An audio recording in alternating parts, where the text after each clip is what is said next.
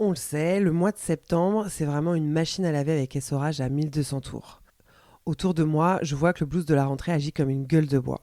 Cerveau embrumé, énergie au plus bas, la nausée en moins. Même ma cure de magnésium n'a pas l'effet escompté. Je ne sais pas comment vous vivez vos étés, mais moi, à chacun d'entre eux, je rêve d'une nouvelle Audrey. Je m'imagine pleine de fougue et d'audace, prête à relever tous les nouveaux défis et à prendre soin de moi, no matter what.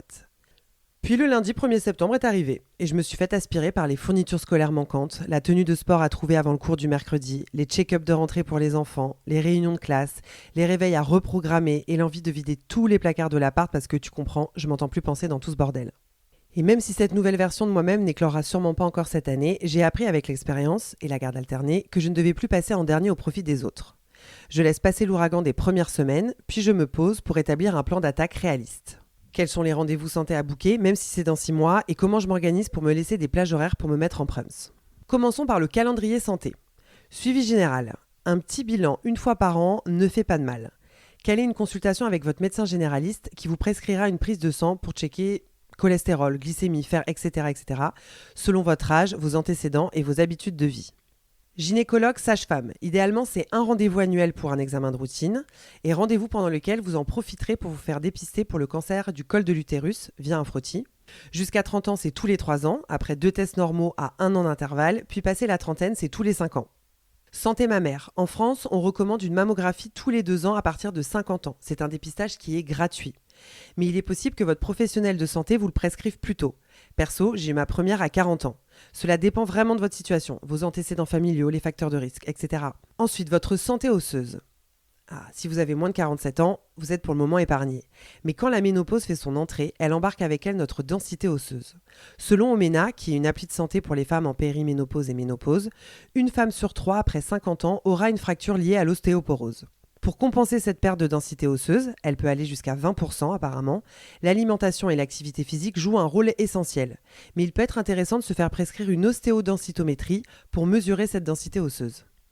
Santé cardiaque, on en parle de plus en plus. Les femmes aussi doivent prendre soin de leur cœur. Nos habitudes de vie, notre alimentation, le stress ont affaibli le cœur des femmes ces dernières années.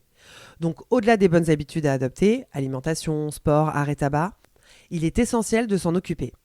Dans un premier temps, passez par la case médecin généraliste qui pourra vous prescrire un rendez-vous chez un ou une cardiologue s'il le juge nécessaire. Dentiste, une fois par an, pas de prise de tête. Dermatologue, une fois par an dans l'idéal, mais on sait à quel point trouver un rendez-vous chez un dermato est une vraie galère. Donc anticipez au mieux ce rendez-vous et si c'est vraiment compliqué, dites-vous au moins qu'il faut booker ce rendez-vous tous les 2 ans. Enfin, ophtalmologue, si vous n'avez aucun problème et que vous avez moins de 40 ans, un rendez-vous tous les 5 ans peut amplement suffire. Passé la quarantaine, un suivi plus régulier peut s'avérer judicieux, environ tous les 2 ans. En tout cas, un conseil, voyez votre médecin généraliste comme votre phare dans la nuit.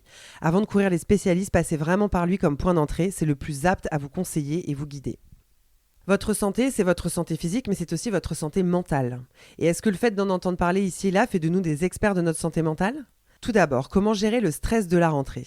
La semaine dernière, j'ai une copine qui m'a dit qu'elle pensait s'être bien organisée pour avoir cette année une rentrée sereine, mais qu'au final, elle a quand même le sentiment de s'être pris 5 camions dans la gueule. Je cite. C'est ok de se sentir un peu dépassé ou sous pression sur cette période, surtout lorsqu'on vient à peine de quitter la plage de sable ou les journées où seules nos envies dictent l'emploi du temps. En revanche, si ce sentiment s'installe et perdure, il est important de consulter un médecin. Une anxiété ou une fatigue constante, un sommeil perturbé ne sont pas des états normaux. Et je sais que vous le savez déjà, mais, je vais le dire quand même, ne rythmez pas vos journées que de tâches et d'impératifs. Gardez pour vous un temps de décompression. Et le scrollage réseaux sociaux, ça compte pas. Ensuite, il y a l'activité physique. Je vous jure qu'elle est vraiment au cœur de votre bien-être mental. Je ne vous dis pas de devenir la prochaine fit girl ou de noter prépa marathon Paris dans votre to-do. Je parle de bouger, de mouvement, au quotidien. Surtout que je vous vois, oui, celle qui se dit c'est bon, c'est la rentrée, je vais reprendre à fond. Et en l'espace d'à peine 1 mois, elles voient toutes leurs bonnes résolutions s'envoler. Les chaussures de sport sont reléguées au fond d'un placard, voire pire, vous avez fini par vous blesser. Donc pour commencer, faites au plus simple et au plus réaliste. Choisissez une ou plusieurs activités que vous aimez, pas besoin de se focus seulement sur une activité, parce que vraiment l'activité physique, ça peut être aller à pied au boulot le lundi et nager à la piscine municipale le mercredi, ou prendre un cours de yoga en ligne chez soi le mardi et partir randonner en tribu le week-end. L'objectif, c'est vraiment de reprendre en douceur et progressivement.